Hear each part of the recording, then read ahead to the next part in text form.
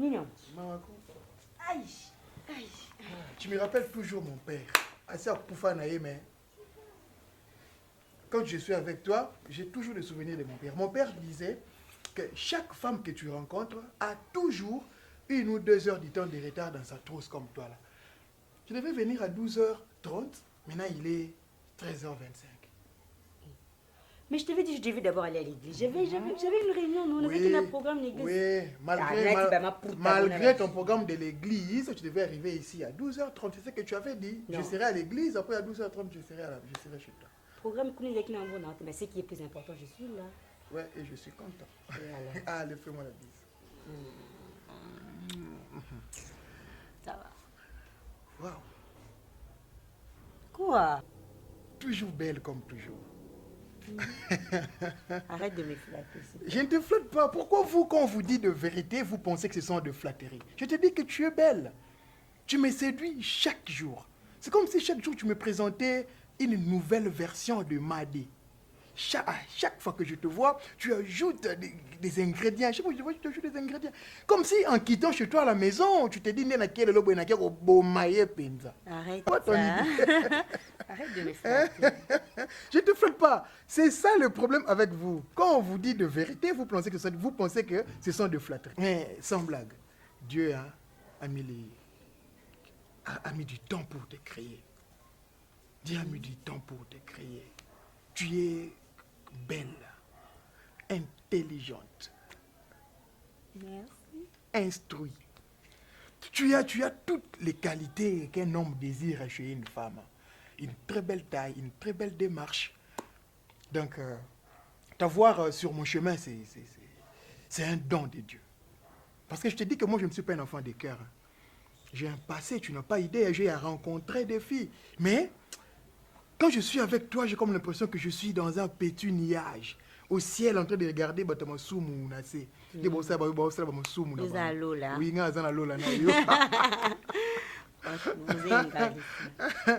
il semble que tu es belle, quoi. Tu es belle. Merci. S'il te plaît, il n'y a pas de courant, il fait chaud. Est-ce qu'on ne peut pas aller dans la chambre et se débarrasser de ces fringues et s'allonger, parler calmement? Non, écoute, je vais d'abord te parler. Oui, tu vas me parler, mais dans la chambre. Écoute, allez, viens, bébé. Non, viens d'abord. Mets-toi. On ira dans la chambre. Là. J'aime bien être avec toi dans la chambre et allongé. Mais on est ici, on est qu'à 2, c'est pas un problème, non? Vous allez nous poser. Oh là là. Je veux juste t'informer et puis... J'aimerais bien être avec toi dans la chambre. Je sais, mais je vais d'abord te parler. S'il te plaît. Dans la chambre, pour la chambre. Oh, il y a trop collé, trop câlin, trop bisous et tout. Écoute-moi d'abord, s'il te plaît. Ok, vas-y, parle. S'il te plaît. Yokanga. Quand je t'avais appelé, non, c'est vrai que non, il y a pour tout solo là, c'est ça, non? Oui, moi aussi, je te dis ceci. Tu vois, ce que ne t'inquiète pas. Moi, je me casserai en 1000 morceaux pour résoudre tes problèmes. Je ne suis pas riche. Mais pour toi, je peux vendre mes vêtements, je peux vendre mes chaussures. Parce que moi, je l'autre fois. Mais c'est quoi alors le problème? Quand une fille te dit que j'ai un problème à te dire, souvent c'est lié avec l'argent. Non, écoute-moi papa. Laisse-moi te parler. Selon la chambre, tu faut qu'à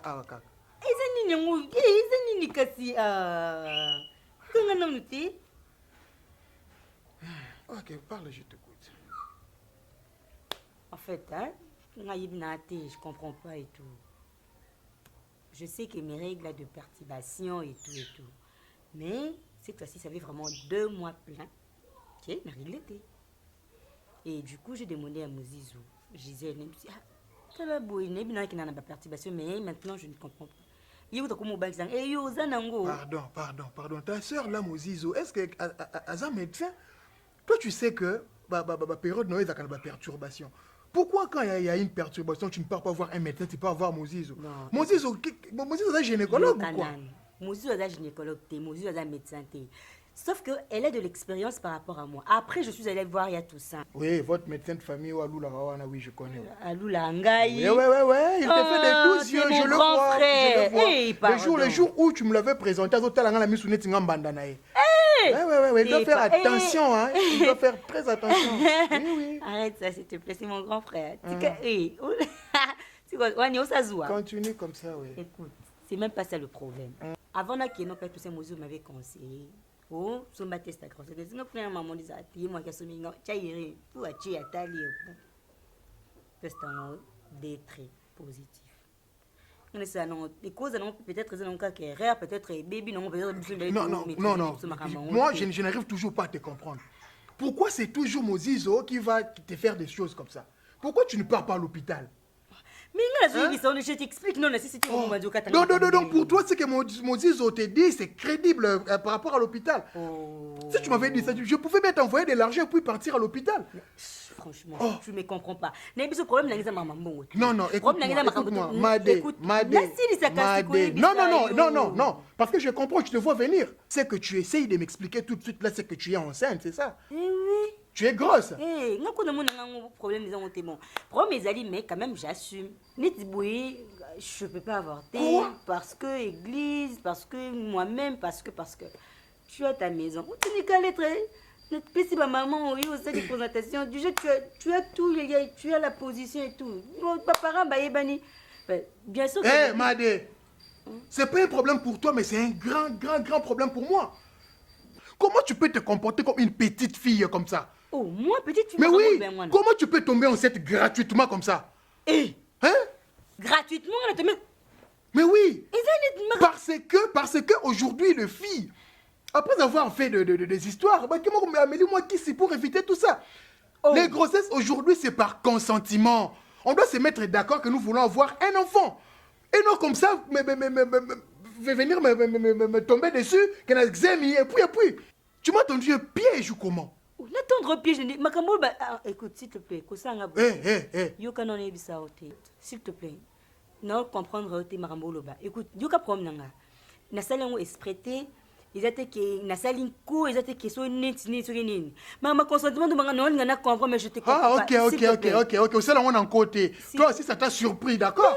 Oui, toi ça t'a surpris. Mais oui. OK, c'est bon, si ça t'a surpris comme moi aussi, il y a une solution pour ça. Tu officialiser ta relation. Tu as toi aux en position et tout na fin de temps peut-être ton abote peut-être que tout ça mariage. C'est une mauvaise solution. La meilleure des solutions, elle est là.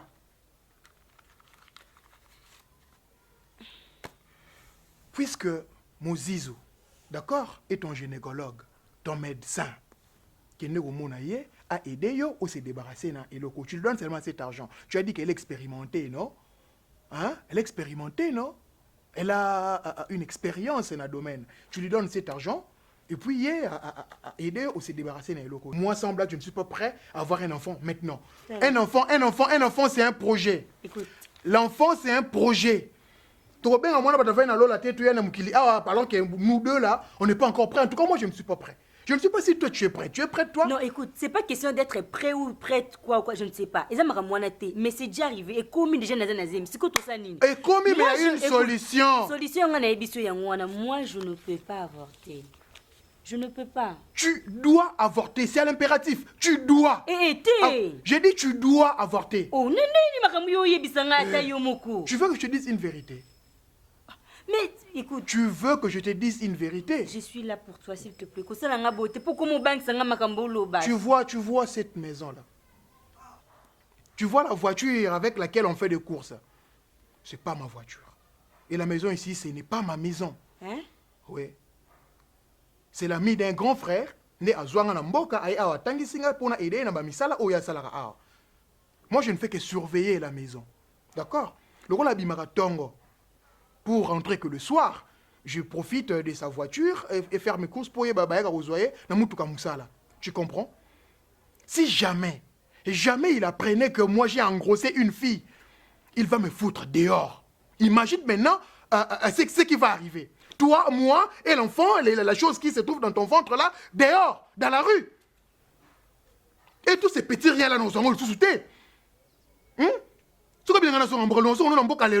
Tu connais dans quel état se trouve ma chambre au village? Hein? Tu veux que moi je laisse tout ça, la Jeep et cette maison? Il va me chasser. Alors, je te dis, Tu as la solution. Tu prends cet argent et tu pars. D'ailleurs, aujourd'hui, il va rentrer. Tu m'avais dit qu'il va rentrer à 15h. Ah, il sera bientôt 15h. Donc, pars, prends cet argent, je te donne à Mozizo, il t'aide. Elle t'aide, pardon. Tu dois partir. Hey, tu prends l'argent. Madé, tu prends l'argent. Prends cet argent. Hey, Madé.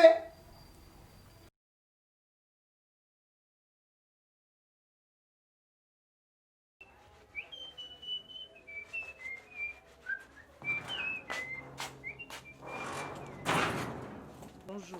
Bonjour.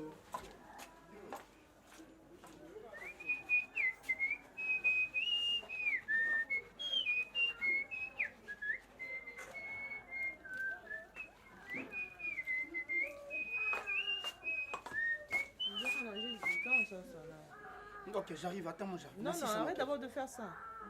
J'ai dit que j'arrive, s'il te plaît. Pourquoi vous allez recevoir Tika Oba Osala Basala Yo? Tu as un problème?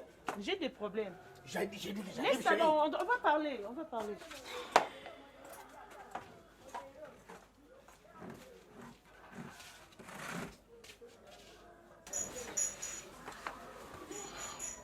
Problème, on est allé nini? Oui, agité, dans ma kanda, qu'est-ce qu'il y a? Mais tu m'as appelé au téléphone, au Oya. Oui, Oye, au lieu de la calme, mais c'est quoi? Les amis? Arthur. Vous êtes conscient à Nyon Salina, non? Bien sûr. Tu sais qu'on a fait plus de 20 ans déjà. Bien sûr. Oui, bien, on va. 19, 20, Bilo, moi, 20, oui. Oui, je sais. Non, je pense que ça, on a ma habileté au bas la matin. Non, ce n'est même pas ça. Oui, c'est ça. Oh là là, chérie. Ozovanda nanga oyebi situation nanga. Quelle situation? Hein? Musala yango super si nazo musala nazo préparer na bala. Arthur, 20 longues années et l'équipe a boy, Arthur. Il y a on est dérangé yo. Ça me dérange parce qu'à la fin, j'ai eu avorté combien de fois? J'ai eu avorté combien de fois à 20 ans? Ozongeli sous cette affaire de l'avortement. Hein? Les amis, combien de fois on en a parlé? Pourquoi tu n'arrives pas à mettre un point sur ton passé? Hein? Ton passé là et aussi mon passé. Pourquoi tu n'arrives pas à mettre un point? Mets à un point et puis c'est fini. Écoute, Oyo Ame Asuka, Nazo tia makambu nyos en marche. Cette année je vais te marier. On va se marier cette année, chérie. Oh là là. Combien de fois? Mais oh, c'est ma dernière parole. Quelle dernière parole? Hein, Arthur? Et puis, naïveté, Nzambelanga, naïveté. Nakanzako oyato so la makambu to avancé, ozozongi sanga na makambu sima. Naïveté. C'est quoi? Nazara pondeuse, Nazara sondeni, naïveté. Naïveté nangatin. Demo de kinga, oui, non, j'ai biso. Demo de kinga boy, ba période ngé compliqué qui l'homme n'a fait l'examen, résultat na na zemi. Moni ambalo, non longa zemité. Attends. Non. Quoi? Non longa zemité. Okolongola te ou bien soko ozu okolongola te? Nazana zemi, je n'avorte pas. Mon Dieu. Mais c'est arrivé comment sous zemi? C'est arrivé comment? Yo calcula ba période na yote? Ah tu m'as mis dans le balanga. Oh. Hein? Écoute. N'aimez pas. Non, mais pourquoi me gogoya na simba yo? Je ne suis pas encore prêt pour ça. Tu n'as jamais été Non, prêt. oh. Yo ça n'a qu'à prêter. On s'est apporté pour le guinzo to kasi. C'est ça mon gongo. Il faut l'entendre parce que na on mbalo na longa zemité. Non, que nous avons décision te a yo moko to zabiso mibale. Ezali likambu yanga na yo. Tu ne peux pas prendre une décision comme ça. Oye ko solo na ngai. Yo ka vi na ngai. Ce n'est pas à toi de prendre une décision. Na yo qui va venir belé. Non. Na yo qui belé. Soko boy ko va vi na ça veut tu ne m'aimes plus. Tu ne m'aimes plus. Non quoi, on s'en a qui cité par hasard. Hein? Chérie. T'es Arthur, on s'en a qui cité. S'il te plaît. Hein? S'il te Ça te plaît. fait plaisir de m'engrosser puis de tu me fais avorter. Pour toi Non, c'est ce normal. n'est même pas question de plaisir. Ça arrive, c'est un accident. Ça arrive, mais ça va arriver. Mais je vais. Non, mais moi, non. Non, écoute, tu vas avorter. Moi, je ne suis pas prêt d'avoir un bébé maintenant. Je t'ai dit que cette année, nous allons nous marier. Arthur, maintenant, toi, tu seras prêt quand? On va pas me connaître. Nous allons nous marier cette année. Nous allons nous marier D'ailleurs, cette année, il y a combien d'années passées? Chérie, il y a combien d'années passées, Arthur? Parce que nous avons protégé la famille, on a salate. Écoute, mais Ozogangela Nini. Non, je suis en train de crier parce que toi, tu ne me comprends pas. Faut na gang Arthur. Non, écoute, tu penses que maintenant ceux qui ont gangi, là ceux qui n'ont mis gang yo quoi. Yo gang neni. Non. Na ko faut que ce que ça qui sina yo en tout cas qui ça n'est pour là. Là tu commences au télémi. Mais la télémi parce que d'autres associations viennent. Non, laisse-moi. S'il te plaît, assieds-toi.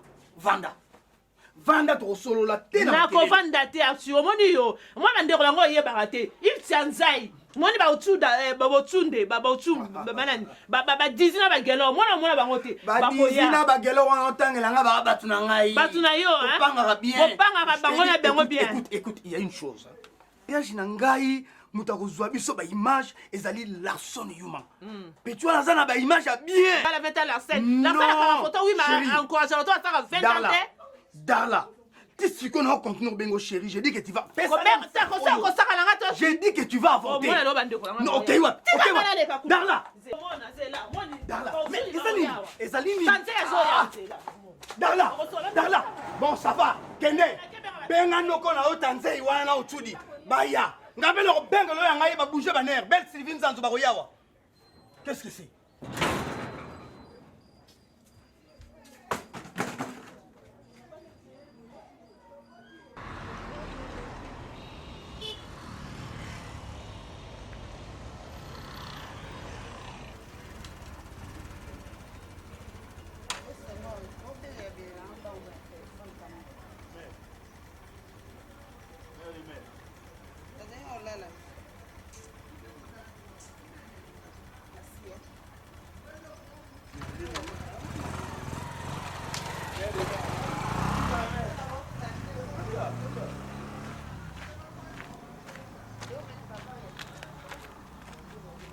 Mais, papi on est groupe baïno chana au tempo. Ça va quand même. Gaba de karma. Prête. Veux. Yo bing ngamba zena auto lala kuto na rezelo binde no kuta. Maman chérie, nazo bisayo. Donc mère ndenge na fandi na oboye. Ndeto sola no boye, ngano na bombele lote. Yo zarananga bien. Soki ngana yeba yo za pona vieux. Mais vieux mama mo ça na ko mo mona on des mystique. Na ba doit boire à mon plan, na yeba ça normal. Vous me doit boire à plan. Qu'est-ce que là le sexe ça va pas dans 12 ba 24 ba 50 40 na comprendre ngo te za ni faut expliquer on ba monga biloko les un peu hein. Vous ces années ve a biso vérité té. Ngamo so na fani na tele oh ve ko tsaraté. Mais comment c'est fait il faut comme ça mama ba ko tsa. Au comprendre. Briefing to za nango na ngai na vie to bakula borel oyo za nango. Entre temps Vietnam on ça par rapport na nzele kete mo ba cadre borel au petit to na za nango. Ozo boule mental ta dimension va comme non. OK na rapide kita nonu nzele kete borel nini. Nengi to sula no boule. Il faut to ça no par rapport to bakula plan. Bon, tu as robé bongisa ki. Yangona ka monengo lo basko robesa bongisa ki wana yo longo la plan alors que kuna pe vetama linga gelé sko borel na petite moya muki a solo kutu. Moni petite wana. Ngale so kini nanga bien te sengo ba borel ba nini lo kwa na ye ba te. Azua nzele ke mo nini? Veko, ve papi. Azua moi si mo bo fo chéri petit moi muki na après ya solo. Azua nani? Atia écoute place ko au cadre. Atia planning ça a besoin petit moi qui était planning. Yo no to ça programme to longo la plan. Mone to longo la. Plan o nga na zembi est-ce que planning. Au moins zemine linga yo lingo longo. Est-ce que ya kuna ba linga ba kolisi. Bako tala lo bana ba kolisi loko nini. To sola no boye ana petit wana parler asa déjà lettre petit wana ko tsa pa na bango ba. Petit expliquer nga petite nini. Ve abeta na mona moko boye na ninga prai. Petit wana père na bango na ma position na ninga prai ya on se ko bolinga ba sa masolo show yo oza flou. Ya mo c'est moi mabe.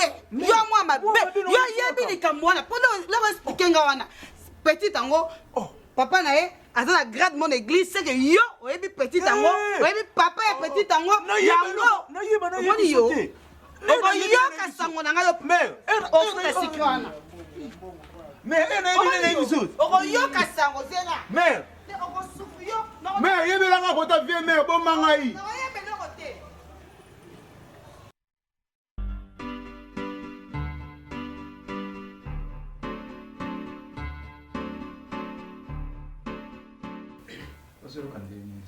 Non, bien. kosanza motema ebalukanga dongo kokati kozwa zeni baliboso ezalaka ndenge ezala bacaprice nango me ngai naza wana mpona kosoutenir yo na babesoin na yo nyonso. Oui, non, t'inquiète. Ozwa J, peut-être osala bien. mposa kosanza nzambe nanga lisolo nango mabe ezalaka bacaprice ya zemi donc mokona tika babongo na moka omonaki yango oui, ezali comme ça et osala bien comme ezala ginger bien.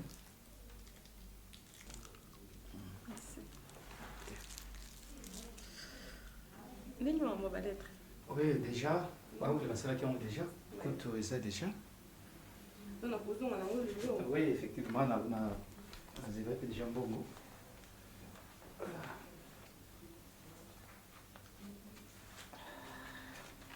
ndenge ezaleli ifo ekenoki papa oyebika aza cadre na lingomba donc nalingi te réputation ya papa ekweya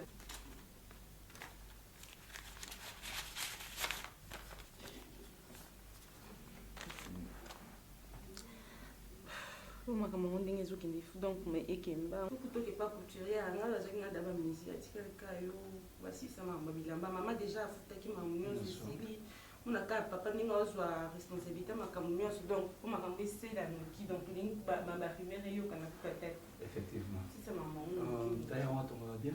atongaka bien makasi D'accord. Comme ça, tu as aucune journée, chérie. okatali makambo esila D'accord. takuti bacopine baotalatala nga na ocomprendre te baoloba na nga nomi obebi boye ndenge te makonde evimbi ngai okoma senga makolo te Moi, c'est sûr que dans la mes chérie, aux amours, si tu as après, là, on quitte ça. Pardon, chérie, pardon. Mais, on dit sur ma cause, pendant la grossesse, donc il faut diminuer, il y a de l'eau à mon voix. Donc, il y a de l'eau à mon voix. En plus, il faut dans un système où il y a un scabo. Si vous avez un daku, on suit ma colotina scabo. Il y a des scabo pour éviter ma rapidité. Donc, c'est un peu ça. Donc, c'est le faut diminuer. malembe papine te o papi papi osaka nanga oza mbongo kobana mwasi mosusu nga tanti na yo nga tanti na yo leka tata mwasi na bino teleka papa na bino nga okokomprendre lelo nga nde mwasi na ye nga mwasi nzambe na ye nga nde boy aisoko te madame papi ngai nga nasalaka papi azala pesaka ye bongo papi kiba papa osaka nanga papi boniko abenga tatine olandika mpona nipona monene basaka na mokola papi nga na mokola na ye te yo sia kimia yo okomi na minere papi oleminga azemi naza nango yo okolapa tiokosibanga tiokosibanga opetelo tiokosibanga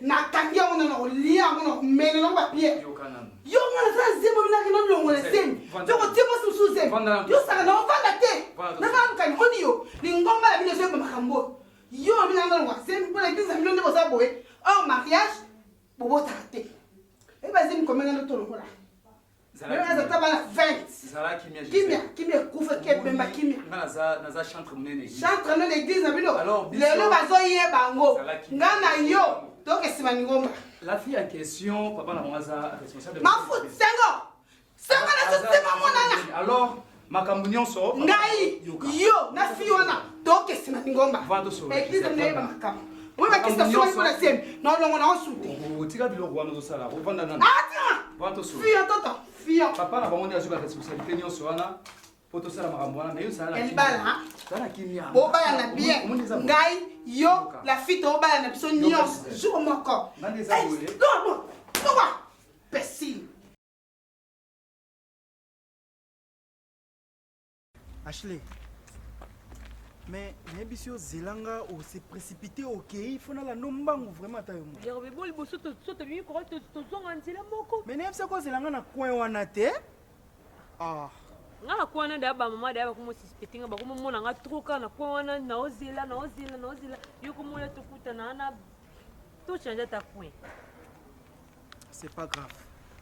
En fait, na ça qui n'a besoin de sur là parce que le dossier tout ça na monte. Hein? Tout ça que c'est comprendre te moi problème des dossiers wana ndé. Tala. Zo no makamno no sérieux ko ya na ngai. Et là on ignore c'est comprendre tes ça wana vraiment ta yo moko. Di comment mukie nengo na lingo comme son munene. Tellement que yo ozo mona ngo mukie parce que ça na nzoto na yo te. Loko ça na nzoto na yo te o minimizango. Ngai nde mutu na omona pasi. Ngai nde mutu na za na risque. Est-ce que ozo yeba yango? Est-ce que vous comprendre que non comprendre que non comprendre. Ashley. Mais yo kanga yoka chérie. Tu sais que moi je t'aime beaucoup. Je le sais bien. Toi aussi tu sais que moi je t'aime beaucoup. Attends, tu sais au moins que sans toi, moi, Robin, là, je peux pas vivre. Tu le sais quand même. Je sais. Ashley, je t'aime au vrai sens du mot. Mais c'est que tu dois comprendre, les circonstances de la vie actuellement ne permettent pas ce que oh gardez-moi dans Oyo. Mais moi aussi je te fais comprendre que ngaïpe pour na risque ya vie nanga, je ne peux pas avorter. Ah. Mais toi tu penses que quoi avorter n'est un nini, c'est le côté Ashley. Et c'est le côté. Mais c'est rien du tout. Tu penses que tu es la première personne à faire ça? Non. Je ne suis pas la première ni la dernière, mais je ne peux pas faire ça. Pourquoi? Parce que c'est risquant. Prévenez, je viens de perdre mon amie Laetitia à cause de ça. L'autre fois que Laetitia n'est pas là, famille de Bambalité, ça m'a dit Panzana qui a fait la zemi. Paul, on a qui zemi. Des histoires. Toi, tu n'es pas Laetitia. Des histoires. Tu n'es pas Laetitia. Osons minimiser mon caca. Osons minimiser mon caca. Tu es trop égoïste. Tu ne vois que toi. Mais moi, là, tu ne me vois pas. Parce que l'église, église et que porter une correction que ngaïm tozana choral moko tolingani ce qui n'est pas bien. D'abord on a mis sur l'église. Attends, ça c'est un de deux. Au beau ça dit que naze loroté na ndako na biso na kibo montobo. Je suis rien du tout. Na là na salon. Est-ce que tu vois bien monter? Notre si sa classe, notre si sa classe calamité awa musala ezate. Tu penses vraiment que, étant des immatures que nous sommes maintenant là, tu continues à garder moi en haut. Ce n'est même pas un bébé. Ce n'est même pas un bébé, Ashley. Je te dis, Azana moi na te. Asa peut coûter fait tout, Azana embryon. Lingombe ko pesa au faute pourquoi toza choral moko yo tant linga nga yebse ko te que toza choral mo lim sans pour l'élection musapi mo yo boya ki to ndima ki se ko za ki na besoin nango non oh mais na lobi na bete Ashley lo ni aussi li keza wana yo yebse nga te ke mtolonga choral bon o yebse nga te ke yo mtolonga choral na tele so ki dete yo singa na tala ki dete na yo te yo ndio kolongwa nga na otika na choral singa na olonga choral te singa je t'aime beaucoup non za na yo chérie. Écoute-moi, si ce n'est que pour ça, alors moi je réaffirme cela, que ngane na quitté choral, na kotika yo na choral wana. Écoute, comme ça. Non, mais on comprendrait te. Ah, aux égoïstes beau na nini ngo. To robota ndenge nini tala non. Tala. Oti na ngana ganga. Maman, to robota ndenge nini tala ba situation tozo passer. Est-ce que vous êtes la vité? Toi, tu ne vois qu'aujourd'hui, est-ce que vous avez la maturité? Matrice nous a mature venant comme ça, c'est 9 mois. Et comme ça, 9 mois, tu pas ni ba. Oh, âge n'a pas beau tâter. Na âge n'a pas malonga yo sana ngwana yo pe mam susu mam su olu que la bati na mukilo. Vraiment, yo o mona no ka yo. Âge n'a pas abota. Na yebiso bien que ngana ndimi na la ta gain. Na la ta gain pa biso na linga peti ba yeba. Égoïste makasi Ashley. Non, bomba on a okanga mutema pour que Topota, poni yolika mariage loka ba impress à New York. Poni yolika. Ngamona ndimi to sa mariage à bureau, ngamona ndimi. C'est une vie que moi je rêvais. Je suis un dirigeant technique na Katia Group. Attends, ne parle pas. Laisse-moi parler. Je suis dirigeant technique na Katia Group wana. Na encadré ba jeune ebélé, na étant jeune quoi. Honor nan wana. Tobala na libala ya vendredi aussi longtemps que biso moko bato toyebi pe to bankwamaza na kati ya lingomba toza honneur te. Toi tu n'as jamais rêvé porter la robe de mariage, la vraie robe de mariage. Tu n'as jamais rêvé cela. Ya robenga la robota po Laetitia aute ko bota aboyeki mamba robota aute ko kufa. Ngai na soit risque wana lisusu te. Pourquoi yo zo mona ka mama liwa zo ka tsaka mama ko kufa po na exemple moko boy o eza liboso na ngeza preuve. Non, wana c'est égoïsme au sala. On mona ka liwa po na nini? Est-ce que tu es la première personne à faire ça? Tu penses que toi tu es la première personne à faire ça? Je ne suis pas la première ni la dernière mais na sala ngote pourquoi? Parce que moi je t'aime. Je vais avoir un enfant avec toi. Puis nandimi kinga na bomba na ngazemi wana famille na ngaba oye bangote so pisi ngamba so be nga gagner sani. Mais je ne refuse pas que tu m'aimes. Tu penses que yo linginga mingi koleka nga moko nga pena na souci na yo? Vous avez na souci à moi na biso? Mwana nini azana ko mwana te Ashley. Pourquoi ça comme mwana kasi soki oza ko évoluer ti 9 mois? C'est ce que je ne veux pas. Je ne veux pas avoir un bébé à cet âge. Non, oyo boy ozana moi cause déjà technique ya Corée oza mineur. Mais tu ne sais pas que moi j'ai fait des formations à musique et consorts. Mais na la formation à la papa avant acheter. Ya papa comme papa parce que mutu nyonso te nde mutu andima ko comme papa na. Mais je suis désolé, c'est que toi et moi, on va pas se comprendre. C'est que on va dans l'obayo. Oui, parce que on va se comprendre ndeni. So linge makama mwana te fallait pas oluka pe ko ça rapport sexuel nanga. Attends, je ne t'ai pas forcé Ashley. Je ne t'ai pas forcé. Et ça qui sentiment na ona ngai. Eh, ne me parle pas comme ça. Eh, yo be yo te mutu offense nga bimana mbali. Ngana force yo.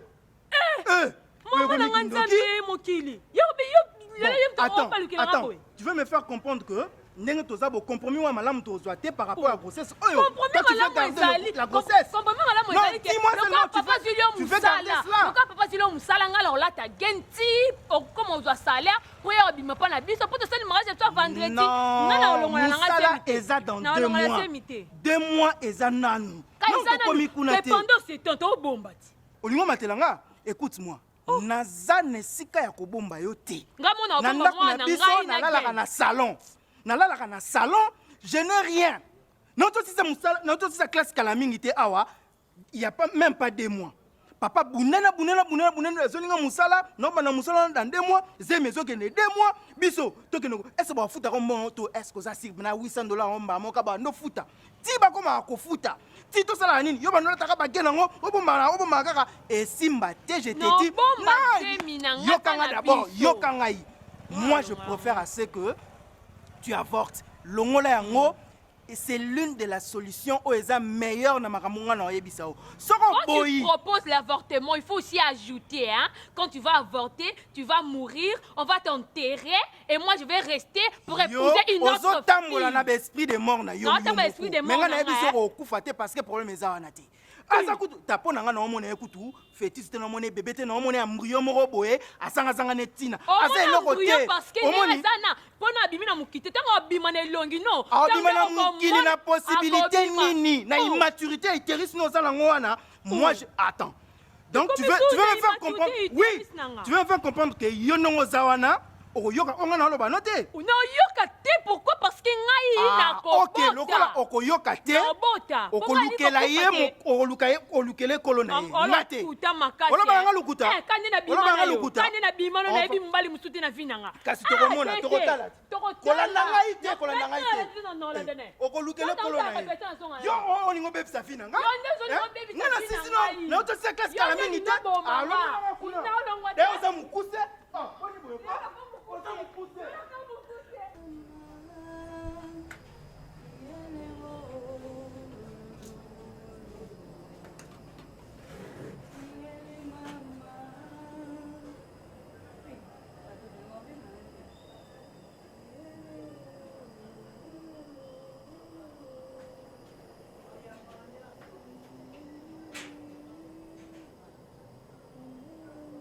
Alicia, maman. Boni, Omélie, hein? Bien, maman. Moi-même. Vous êtes nous du éviter. Tu es la meilleure qui. Hein? Ah, permis. Et ça m'a comme on a notre solo dans des qui nous tout aïe batté. Comment nous sommes tout passé comme hein? Maman, nous allons comprendre. Tu es Mélanie, maman. Ah, permis c'est nangai. Hein? On va nous que c'est intérêt notre intérêt nangai. On va pas le quoi dans la belle Eh, permis. On met la tête. On met la tête, maman. Pour les nini permission pour nous ça nga permission Ino kwa no mutabo potala ngama wana na sala muti kana botama. Iko no ibati tuli kama mabe ngakali lo bani. Nikamia mabinyo ndela. Nikamia mabezo ndela yo permission. Tout seul makambo pour te sauver nani. Yo non tali boso te. Permission. Ningezana yo yebiango bien que ningezali awa. Papa na makambo ayi ya ko yeba yango te. Siko no zopo ndina ninge manende permission. Mena na onko ka makambo. Esila papa no ayeba te ozolinga te. Ilo n'y a pas ces ans la permission. Pas ces années, mais ça vient en masse. Quand le monde a coupé, quand il a banni. Kufa. Mama okufa yawa. Ngama kuiko boma yo. Ka alisu moko ngana zana ye nake ko boma. Bite ko boma ngali kamno na sala te mama zamba bo to mami olo balangana. Makamba ko banga awezali te. Oyi bi ngo bien ke permise ndenge zabu. Ngai mama na yo ndina zabu ne sala musala munene na kati église. Na teka bana basi. Babalaka. Tuzoka ba cadeau makambo belebele. Puisque yo kaka mona moko ngai na bota olingo pesa ngo ne hote. Olingo pesa ngo ne hote. Permission. Nico, il kambo ifalo boya ndene bandeli. Fende oboya makambo ne bandeli. Omoni, mengo no basi bazaka so bakei, basela ba préservatif, ba kisi ezali, obo ba salela. Siko yo ngo zabu, osela te loko moko te, ovina ngane na zobanga. Na zobanga. Tu kona ninga na be muntu pe. Era kani nyango. Permission. Era kani. Na kake moka kako tsikale penya permission ko ko kanga ta motema te. Siko ndenge zabo lingoma mobimba ndenge zabo bayibake oza na zeni yebisanga yebisanga bayibake yoza na zeni okuvanda nobati nafanda no babenga nga ata babenga nga oza kana to fanda siko se babenga nyu okay na ba caprice yoza kana ngo nino ndimo vanda nano ndimo vanda ka bata mama tika mama papa manazi danga peso ombela makambo sila bango papa mletika mbikuta ya ozo pesa ngana pas kulusele singa papa yo mtu uliki makambo na wote tika ngai kuna tika papa makambo ngana umkila permission makambo ngana umkila iyo muni loko ya makasi za muni kwa mkio so mbe loko yesa loko mata yo moko kuleka makasi falo banga ya makambo yo sali ndiku na zabu nazo bate pamna yo kuta mina momba mina kubanga te kubanga te tele ngiba yo kuta yo ozuka saka lokozo mélanger permission ça mila isela kali memile lokozo okukangisa ngai yo okukangisa ngai permission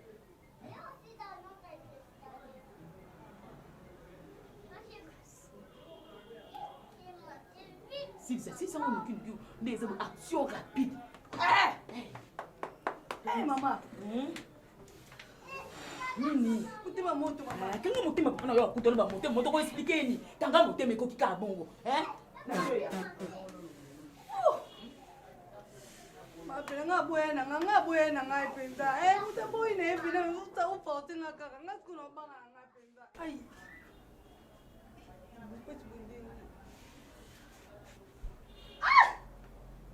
Tambi Takupi mama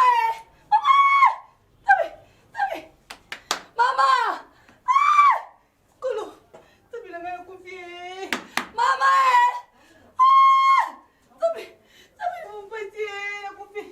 Mama!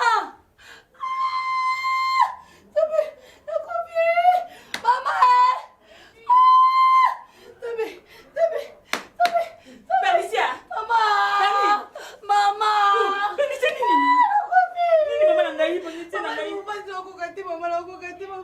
Permission lo basi na mwanzi kuna mena puko mena wani nyoso. Mama mete. Mungu nini permission? Permission na mwanzo na yuko kwa mama. Mama wakukati mama ibu basi mungu nangai. Mama wakote mate mama wakote mate. Permission na mama ndeko njambe. Boso mama. Nene sewe njambe. Nene sewe. Nini yako? Nini te? Asa nini yako? Nini yako asa nini? Mbele bubu. Ebo ni bubu so faida mwana ukele hospital. Siba tu kele hospital te. Mwana so faida mwana ukele hospital esate.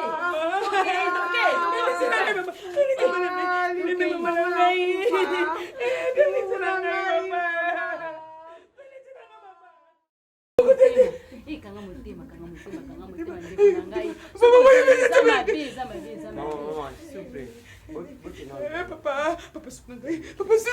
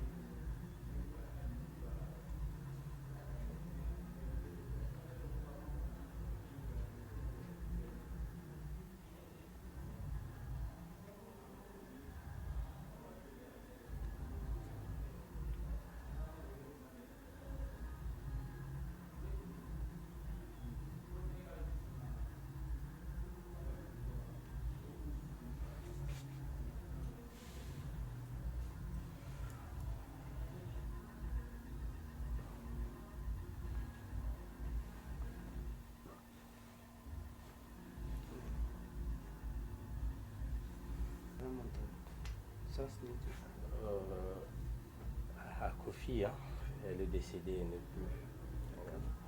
Il voulait que le regarde l'heure qu'il est beaucoup moins. Il est 20h sur Kobi, beaucoup moins. Elle le plie.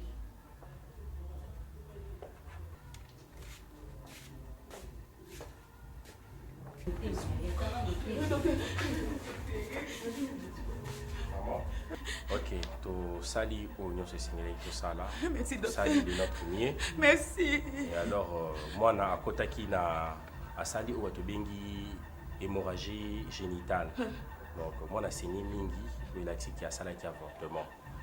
Donc asali avortement a saigné mingi. Et en gros il a exhibé ce qui est non. Moi na lumola gizemi. Alongo lizemi. Et en gros tout sali de notre mieux et simbité na moi na sikotika biso. Moi na akufi. Moi na akufi. Donc vous amenez mon tour après ça va biso bana.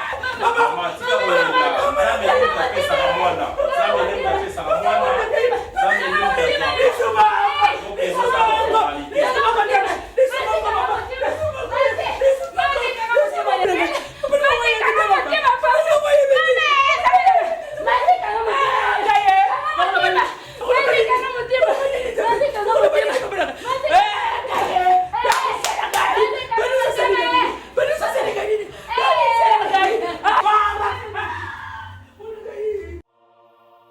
Au nom du Père, du Fils et du Saint-Esprit.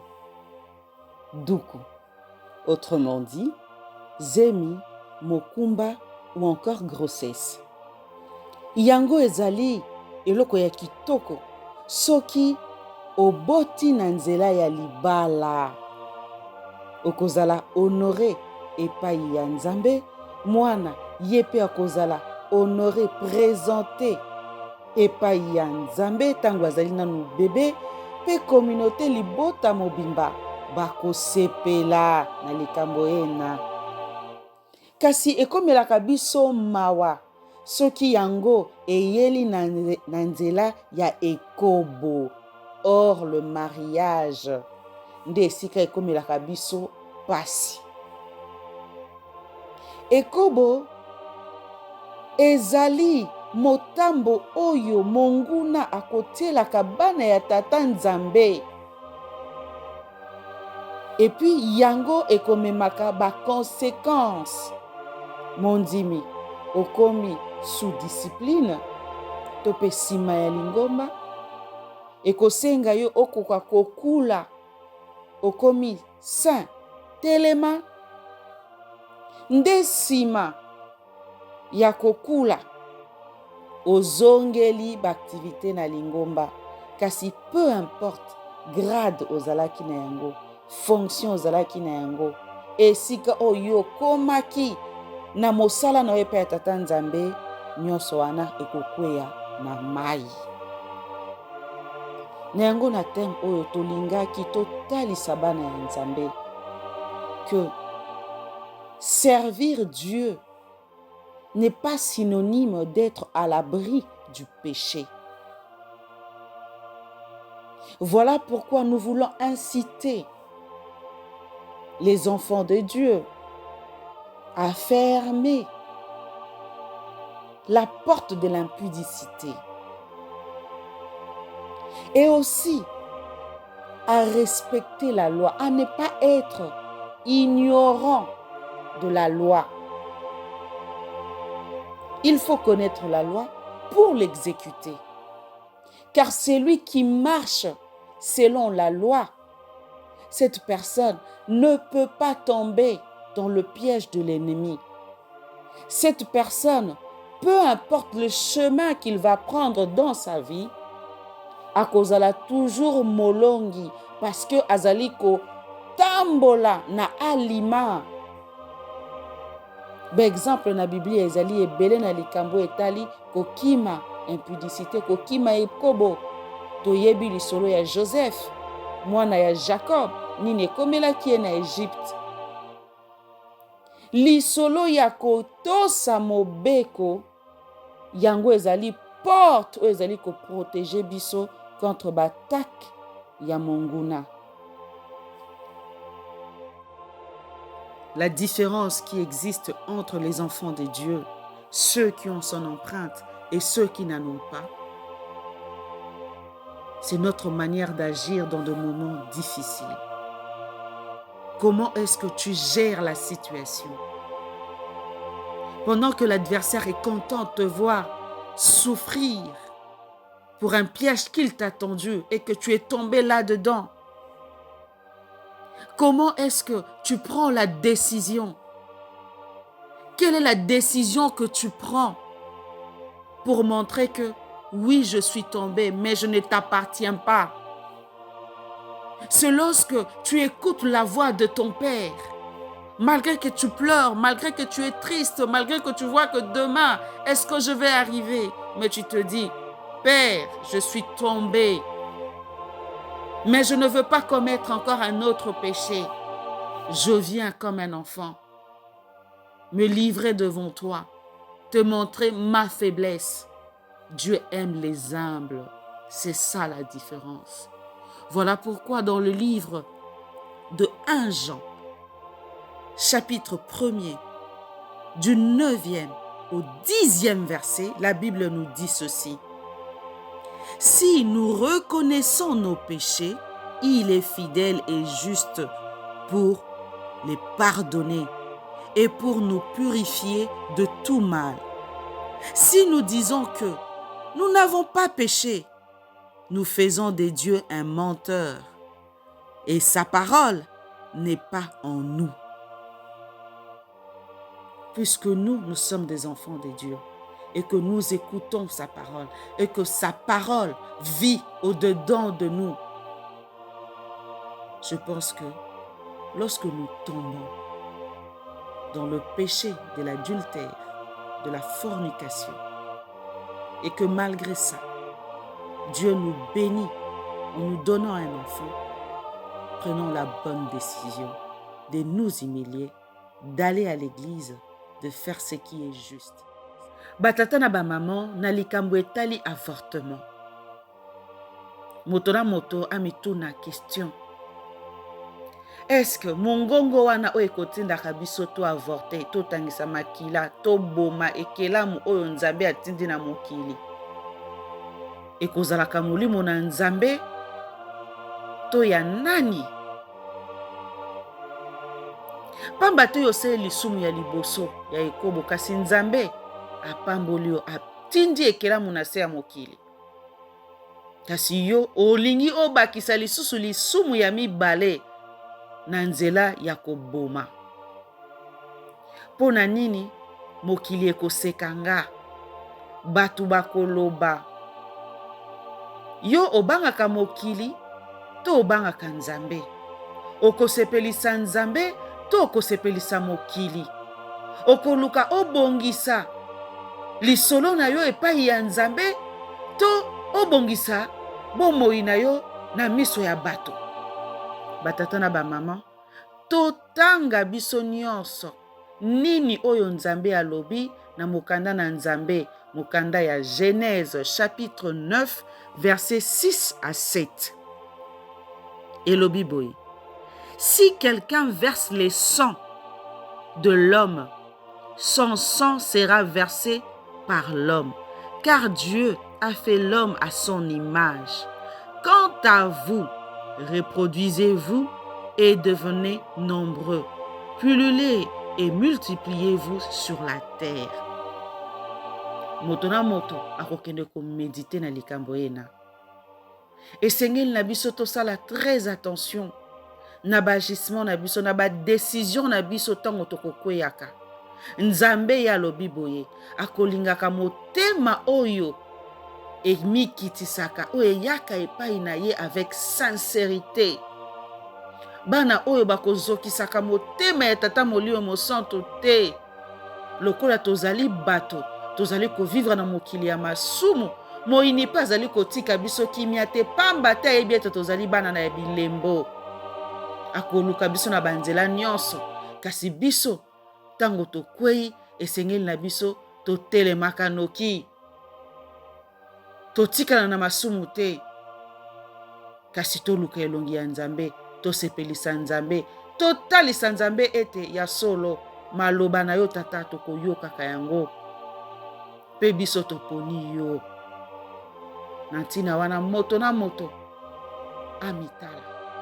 Mes frères, lorsque vous connaissez le corps d'une femme, songez aussi à l'honorer.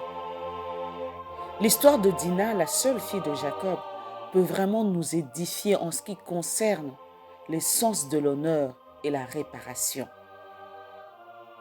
Sichem, le fils de Hamor, après avoir abusé de Dina, il était tombé amoureux. Pour réparer ses erreurs, il est allé voir son papa pour que son père demande la main de Dina à Jacob. Et le papa aussi, pour sauver l'honneur de son fils et celui de sa famille, il s'est humilié devant Jacob en disant: mon fils a commis une bêtise, mais demandez-moi la dot que vous voulez. Peu importe le prix de cadeau. Pour l'honneur de ma famille, de mon fils, je suis prêt à tout donner pour avoir la main de Dina, pour donner Dina comme épouse à mon fils. Vous pouvez trouver cette histoire dans le livre de Genèse, chapitre 34. C'est très important de faire ce qui est juste, de mettre l'autre à l'aise, de sauver l'honneur de l'autre. Voilà pourquoi nous vous demandons de faire ce qui est juste. Tokutani l'épisode Moussousou, Matempe Moussousou.